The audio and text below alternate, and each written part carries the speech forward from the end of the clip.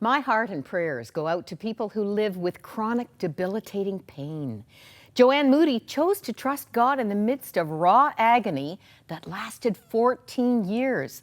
Remarkably, in the midst of suffering, she began to pray for the miraculous in the lives of others, even while her own prayers seemed unanswered. The Agape freedom fighter now leads healing teams around the world. She's just back from New Zealand, and she has a passion for teaching and training a new generation of leaders. What a joy to have you here from Rockland, California. And knowing your story, just seeing you is a marvel. You were in peak condition, a trained athlete until you had your first and only baby. Yep. And when he was born, I endured a 91-hour non-progressive labor. And my doctor, that's just enough to make you go, ee! Yeah. My doctor was out of town.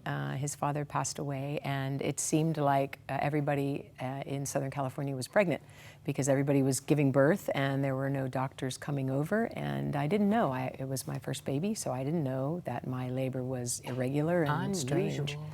But my son's head was too large to fit through the pelvic cavity, and I didn't know at the time that I had narrow nerve canals. And his head pressing against that spot for all those 91 hours created nerve damage, which went undiagnosed until late 2004. So by the time 2004 rolled around, I'd already had multiple surgeries to remove all of my female organs because they were attributing it to my pain. Prior to that, you said that I was a triathlete. I ran wellness centers in Hawaii. I lived there for 23 years, had an amazing life, and ran and did bodybuilding and was in such a peak condition. And so when this happened to me, I didn't really know what to do with it mentally. Wow. And so by 2005, I ended up with a doctor who was profoundly trained in pelvic floor dysfunction and large amounts of chronic pain in the pelvic area. And he said he thought that I had pudendal nerve entrapment. And so with a series of tests, they discovered that that's indeed what I had. And I was sent to France, where doctors were a good 10 to 12 years ahead of American medicine in doing decompression surgery. So they sent me there and thought that I would have a 30% chance of a better life. But you died. I died on an operating table. That didn't go well, yeah. I hemorrhaged to death because of the technique that was used to suture the nerves, and ended up with 3 surgeries in 3 days and more than a month to get home, 8 months in bed. But I met with God, and you know, even though it was a horrible situation, the God of the universe came down and met with me. And so take us to that moment, because you did not go to heaven. I didn't. You were just above your body. Above my body. It was such a strange thing. The operating suite was quite large. The ceiling height was quite high. And in the moment when my spirit left my body, my spirit went up. And it stayed up, and I could look down. Even to this day, it's so imprinted on my memory. I could tell you where the doctors were, where the nurses were, who was yelling at who, even though I couldn't understand the language. I could tell you, and all the blood, and it was just a nightmare down there. And when the Lord came, I describe so often when I'm telling my story, it was like a blanket of love coming over you, and I knew that I was home. And I knew that He was the one who made me, and even now it makes me very emotional. And you had faith prior to this. I did, yeah. I was saved when I was 33. I was raised a Catholic. I always believed in Jesus. I didn't have a personal relationship until I was 33. Mm-hmm. So when I went to France, I was in my early 40s. So I had faith, but I had been through so much trauma, so much pain.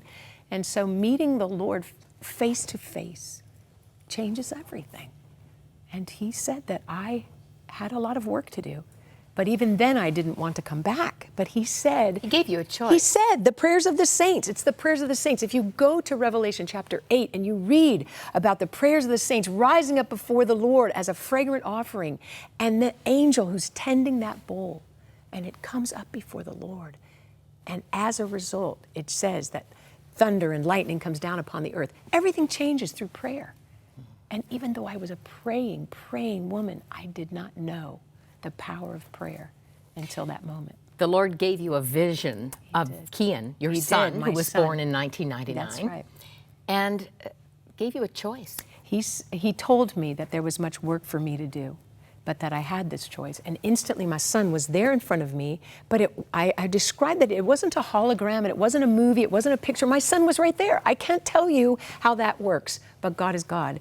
And I could have reached out and kissed his adorable face, and I knew right then if I didn't come back, my son would not know Jesus.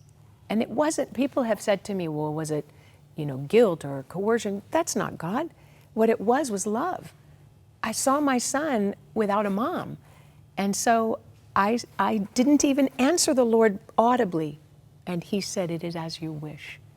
And then he went on to tell me about the pain that I would have, which is so unusual. People think, why would that happen?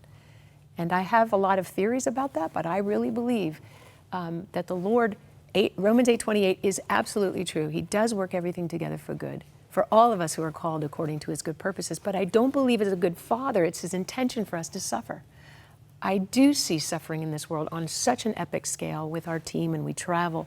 But I also see Jesus is the God of miracles, and I see him healing people all the time. Okay, well, you're not healed yet in this story. So stay there. You stay there. We're going to find out the best part yet to come.